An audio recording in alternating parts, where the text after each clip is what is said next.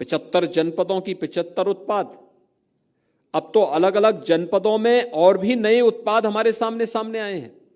लोग उसके बारे में कहते हैं साहब हम इसको भी आगे बढ़ाना चाहते हैं।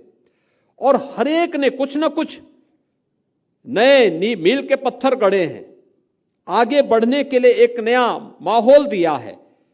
और इसीलिए यहां पर जितने भी हमारे बैंकर्स बैठे हुए हैं, मुख्य महाप्रबंधक बैंक के या महाप्रबंधक गण, अन्य वरिष्ठ अधिकारीगण बैंकों के बैठे हुए हैं, वित्तीय संस्थाओं के बैठे हैं, मेरा उन सबसे आग्रह होगा कि अभी हमारा जो सीडी रेशो है इसे हम लगभग 53% तक पहुंचाने में तो सफल हुए हैं।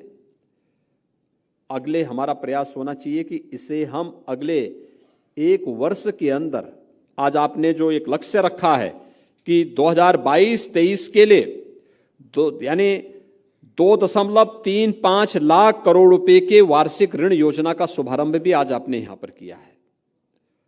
और 2.35 लाख करोड़ रुपया उत्तर प्रदेश में ऋण वितरण की जिस बड़ी कार्य योजना को आप आगे बढ़ा रहे हैं, मेरा आप सबसे आग्रह होगा कि उत्तर प्रदेश का जो हमारा हस्तशिल्पी है, जो कारीगर है, जो उद्यमी है, आपकी पूंजी की गारंटी भी वो देगा। और हम राज्य स्तर पर भी इस प्रकार की योजना तैयार करने जा रहे हैं कि अगर किन्हीं कारणों से कोई ऐसी स्थिति आती है तो उसके लिए राज्य सरकार एक संबल बनकर के उसके साथ खड़ी होगी और उसे हर प्रकार से उसे मजबूती प्रदान करेगी। लेकिन इसके लिए हम नई योजना लेके आ रहे हैं, बहुत सारी योजनाओं को लेके आ रहे हैं। परिवार कार्ड हम जारी करने जा रहे हैं। जिन परिवारों ने अब तक कोई सरकारी नौकरी नहीं प्राप्त की, जिन लोगों ने कहीं भी कोई नौकरी और रोजगार जिन परिवारों ने नहीं प्राप्त किया, बहुत शीघ्र उसकी मैपिंग की कार्रवाई राज्य सरकार के स्तर पर प्रारंभ होने जा रही है। और हमारा प्रयास होगा कि कम से कम हर परिवार के एक सदस्य को नौकरी, रोजगार या स्वतः रोजगार के साथ जोड़ने के एक बड़े कार्यक्रम के साथ सरकार आगे बढ़ने जा रही है। और उसमें बैंकर्स की भी एक बड़ी भूमिका होने जा रही है।